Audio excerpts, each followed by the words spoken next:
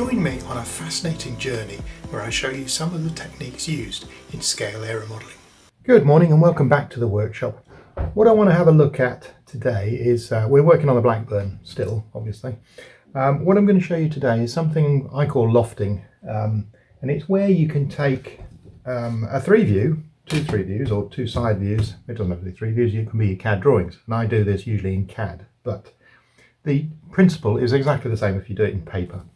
So what I need to do is, as you can see from this fuselage that we've already sort of got constructed, you can see I've got, let's line that up about right, there we go. I've got that bulkhead, I've got that one, but I haven't got this one, this one and this one. And there is a slight gradient. Things do move up and down a little bit. So what I want to show you is lofting, and that's how you work out what that one would look like. You have to use photographs as well just to make sure you've got the curvatures right, but you'll see what I mean in a second. So what you basically do, for example, we'll start with, let's see which one's the easiest one, probably the one just in front of the one we already have. So we'll go for that one. And what you do is you draw a line on a piece of paper, and then you find that line or that bulkhead on the plan view. Doesn't matter which way around you start, but on the plan view, and measure it. And in this case, it's 64 millimeters. So you draw on a piece of paper a line 64 millimeters long, and that's the width. And then you go to the side view and you measure its height. It's all very simple stuff, and it's exactly 40. So you then come over here and you draw a line up at 40, and again at 40. And what you end up with is a box.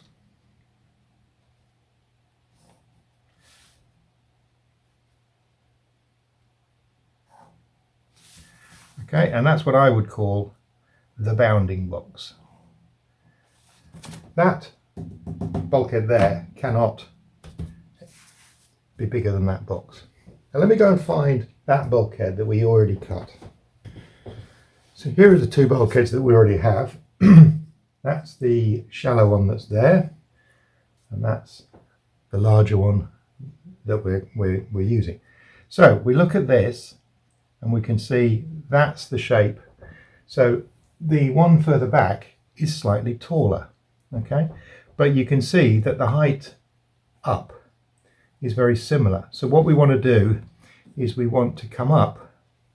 At the moment it comes up to about there roughly, before the semicircle forms. But because we're now lower, I'm going to just pull that down so the curve is a little bit further down. Now, I could trace around that just slightly lower down to keep it in the bounding box, but probably what I'll do is I'll go and find my circle tool again and I'll set it to be on the, well actually let's do it on this because that's where it's got to be. I'm going to set the distance across, or the diameter, to be as big as the bounding box, just like that, and then I move it down oops, a bit bigger than that, so we're about there, and then bring it down so the curve at the top is touching the top of the bounding box, and then I'm just going to draw a curve like that. Now that curve there, a little bit too high. Let's come down a little bit. I think it needs to be a little bit smaller.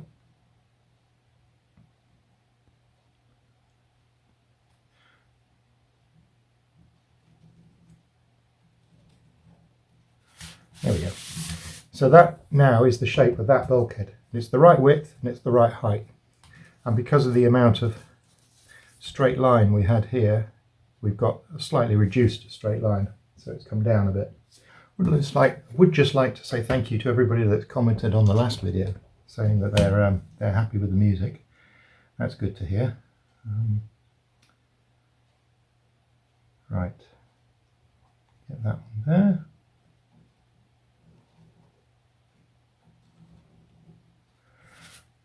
And that's 4.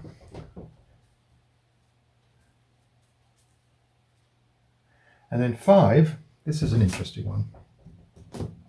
5 is actually the instrument panel, and it is at sort of a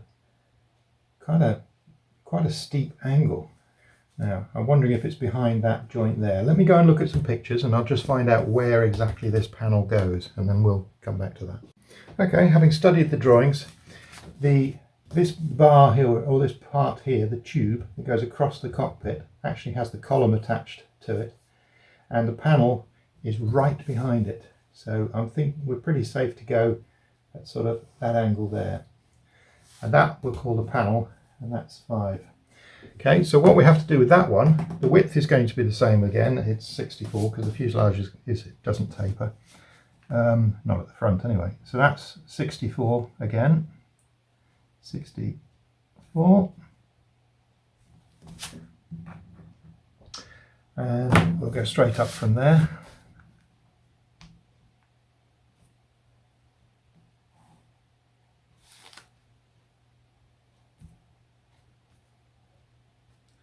Just like that. But the height is going to actually be the diagonal. Well, not quite diagonal, but it'll be longer because it leans, and that's 50. And there's our 50. And now this curve is going to be slightly different because it isn't going to be a semicircle, it's going to be more of an ellipse. And I'm probably going to do it still as a semicircle to start with, and then I'll distort it. You'll see what I mean in a second. You could actually just make this like this, just as a semicircle, and then sand the sides in a little bit, which might be actually the easiest way to do it. But let's just draw it and we'll see what we've got.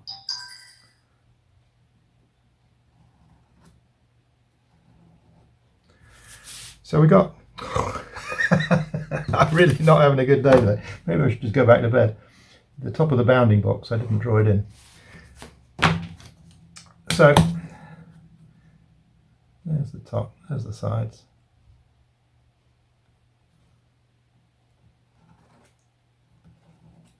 That's better. So again, ignore this line here. You're goofing around here. So there it is. And I think I'm going to go with that. But what you'll actually find, because it's tilted slightly, the sides, it might be a little bit fatter just in here. But I think it'll be close enough that I'm not going to worry about it, and we can probably sand it in situ. So that's going to be the panel. Okay, so what I'll do is I'll transfer these, or I'll cut these out, transfer them to balsa wood, and then we'll attach them to the fuselage, give us some more shape to the top of the front end.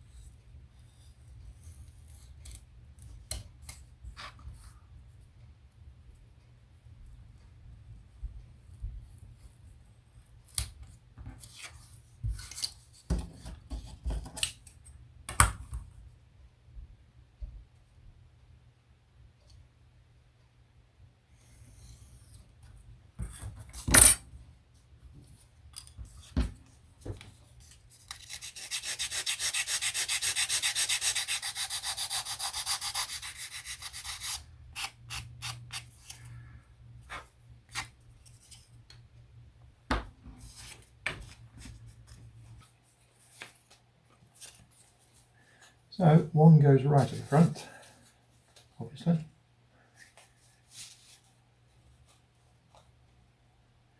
And that's kind of alarming because that's completely the wrong size. So I guess what's happened here is I didn't measure the actual width because it is very, very wide.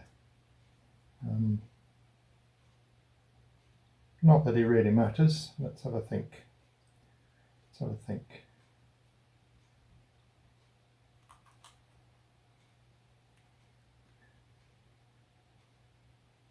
Where's the front view?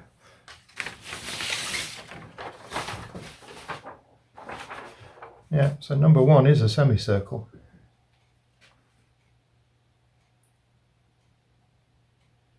That's very strange. How can a semicircle end up being the same height?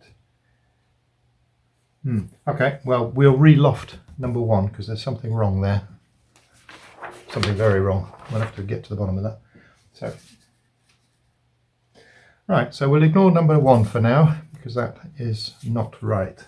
And we'll go to number two, which is this one here. Get some glue.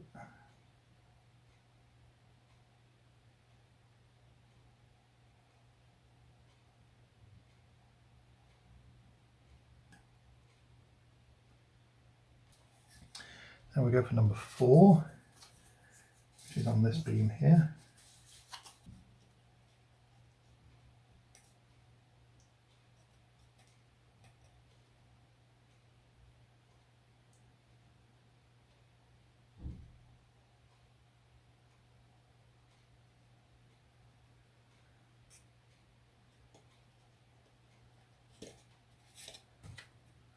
That's number four.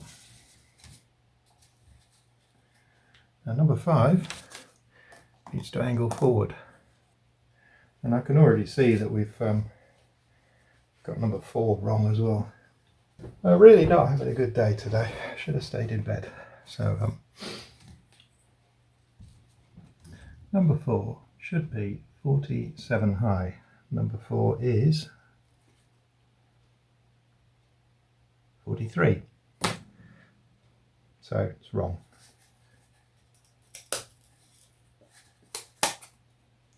Warts and all. Let's check number three was already in. Number two should be 40. And it is. So that one's okay. So we're making a right hash of this really. So that one there should be that high, and it is. So we can put 5 in. And 5 goes from just behind that beam. About that angle there. Now what I'm going to do, I'm going to hold off putting this one in because there is a straight line from 2 through 3 through 4 to 5, so that's going to give us the height. So let's redraw 4. In fact, all I need to do to make 4 work is add about 3 or 4 millimeters onto the bottom of it. Let's have a look, see how much it is. 1, 2, 3, 4. Yeah, it needs to be 4 millimeters deeper than I've done it. So let's go and redraw that. So I've redrawn 4. Hopefully it's to a, yeah, that's to a much better size. Then 4 is positioned just behind that beam. So I'm actually going to put it on that beam.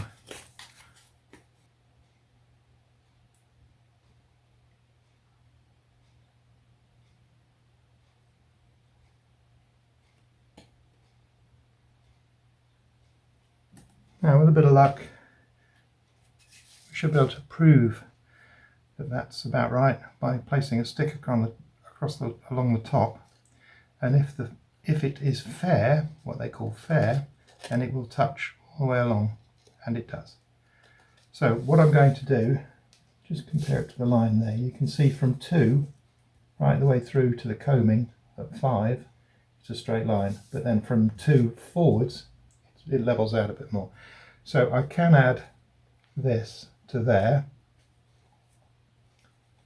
and what I'm going to do is I'm just going to temporarily glue that Just give it just a dab of glue, just enough to hold it in place.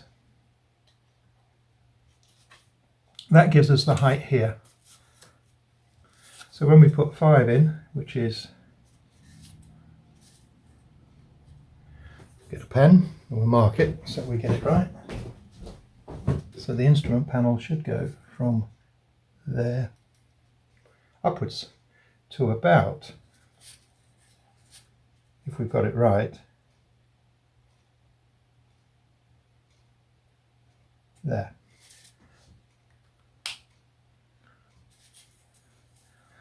Okay, so let's try laying that in there and see if it actually meets the spar where we want it to actually go in there. And yes, it does. Now that doesn't look symmetrical to me. We really are having a bad day here, aren't we? Well, it is, but it doesn't look it.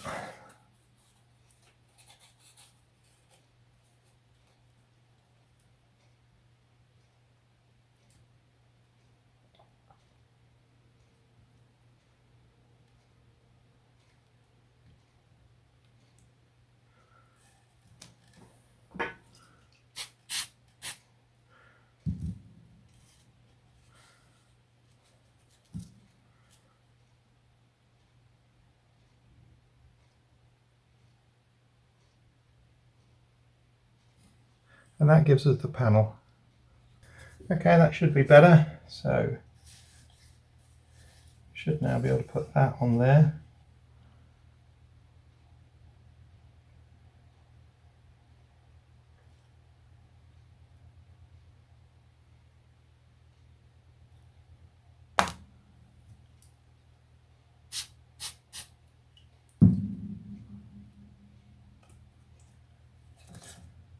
There we go.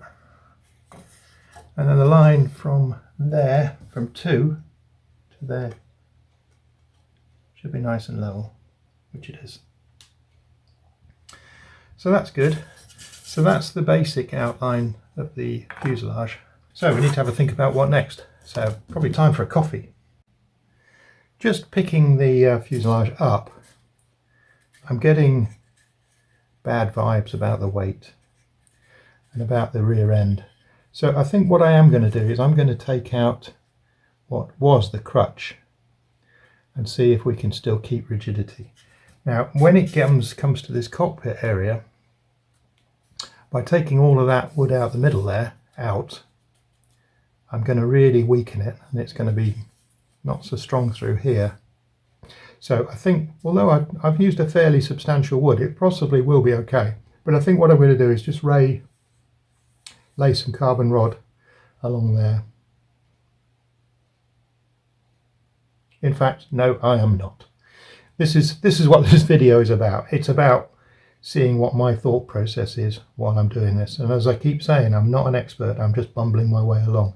But actually thinking about it, I'm going to take that center section out full length, or maybe at least up to there, and we'll see how strong it is. We'll take it out from the rear first and see how we're getting on. But okay.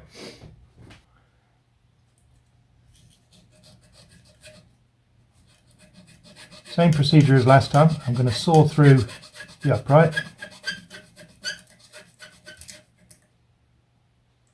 Or most of the way through the upright. And then I can just push it back to break the joint. Hopefully. There we go. Again at the top. And that gets rid of that one. Okay, we'll keep going. I'll take all the verticals out first.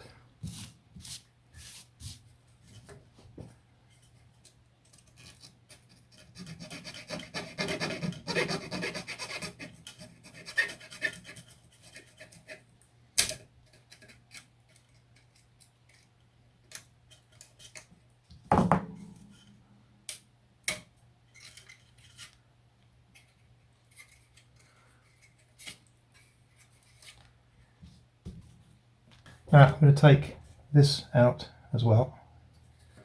but I'm going to do it from about there.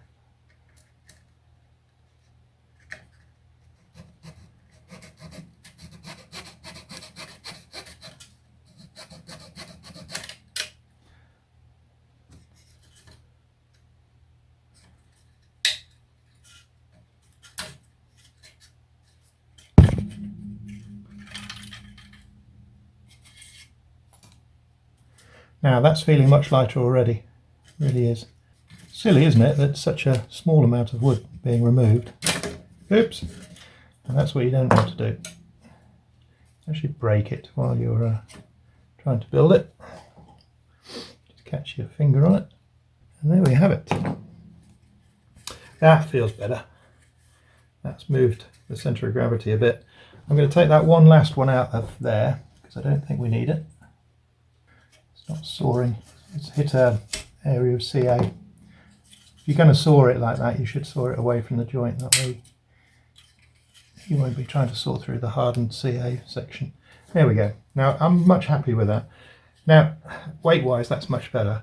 However, I do still have this centre section in here, which you can probably see.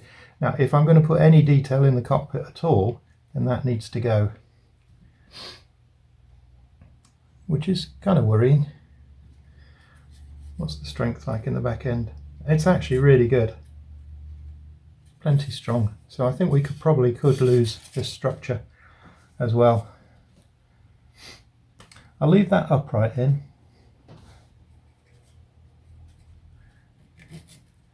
And then I'll just cut through here.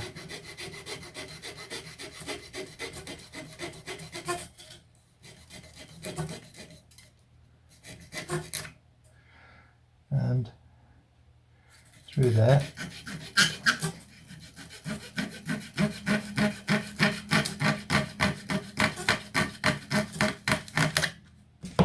So we can remove this one.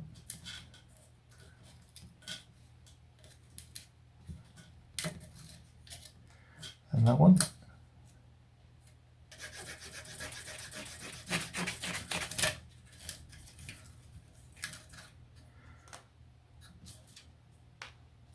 Right, now that's quite drastic, the amount we've taken away there. I'm going to leave that brace in, and I'm going to leave this in because it's transferring the loads of the motor and the undercarriage, which comes off of these points here, through as well. I just want to make sure that's nice and rigid. It's not bad at all. Just a little bit twisty there, but it's taking quite a bit to twist it. So I think we're all right. If it's going to break, if we have a hard landing and it hits the ground a bit hard, it is going to break through here, almost certainly. So the idea is we don't have a hard landing or crash it. Feels much better now. Centre of gravity now is just behind the cockpit. And the centre of gravity needs to be just in front of the dashboard. So I've added some stringers to the top section here, just to give it a bit more rigidity. And what I'm also thinking of doing is adding this diagonal bracing that we've got back here all the way forwards, certainly to this point here. So just to give this area more strength. If you look from inside, you can see that the diagonal bracing is inside as well. So so we'll add some more. Whether I go up and then down and then up and then down, I don't know yet, but I think I'll have a look at the internal drawings and make a decision from there. Okay, so yes, it is a diagonal and it does go up from the rear section to the front. And I'm just going to go through the process I use for making these. So I just sort of break off a piece that's, oops, some glue was still wet. Some just break off a bit of the material, and then I know I've got to chamfer the inside edge, kind of like that. And I've got to chamfer this edge like that.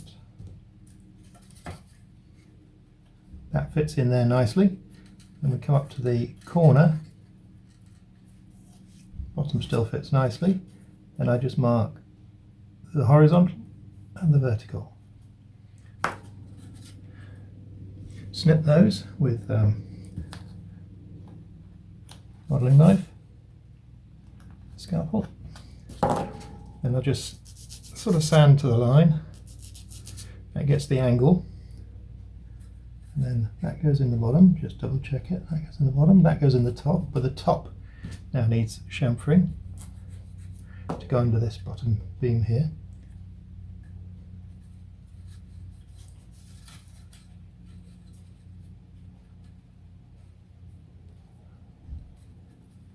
And there we have it. Just hold that.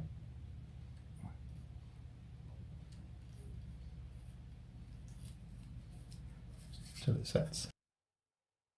I'm trying some of this Bob Smith Industries CA, and it actually seems really good. I'm quite happy with it. But, I was using the Deluxe Materials stuff, which I was also happy with, but just thought I'd try the other ones. So there we go. That's that snap stringer in. I'll add a couple more along here.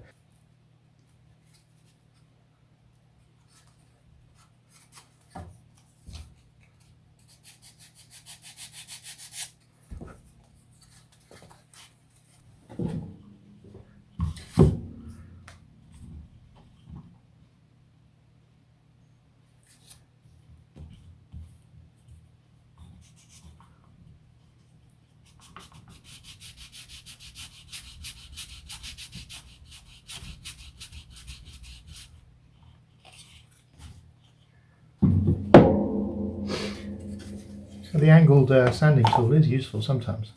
What I'm struggling to do is get pure 90 on there, and I've got it now. That's lovely.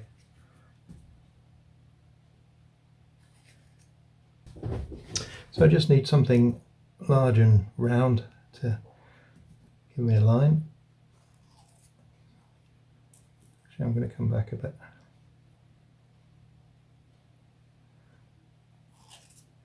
About there.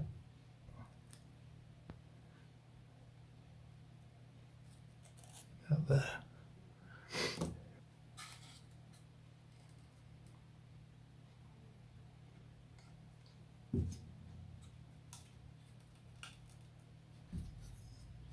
Now it's got a bit more supporting it. I can sand it a little bit more relaxed manner. Right, now we need to make a similar section at the rear. So I need to find another piece of 16th.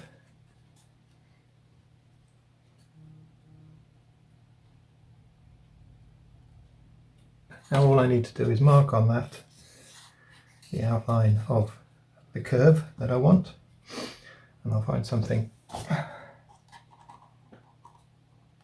similar to that, I think.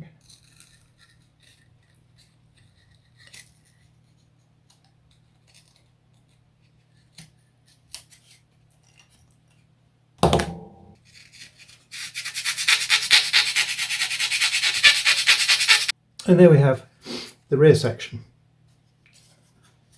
Now what we need to do is make a seat that fits to that curve and then drops down in here.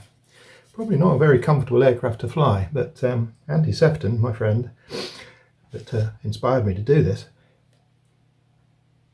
he really loves this aircraft. He really enjoyed flying it. And the picture on the front screen that you see of this build is actually Andy Sefton flying the 1912 monoplane at Old Warden a few years ago now. Okay, so that's it for this video. I think we'll leave it here, and I'll go and start looking at the wings and tailplanes, and hopefully some tubing will arrive in the next few days. Okay, if you've enjoyed the video, please click like and subscribe, and we'll see you on the next one.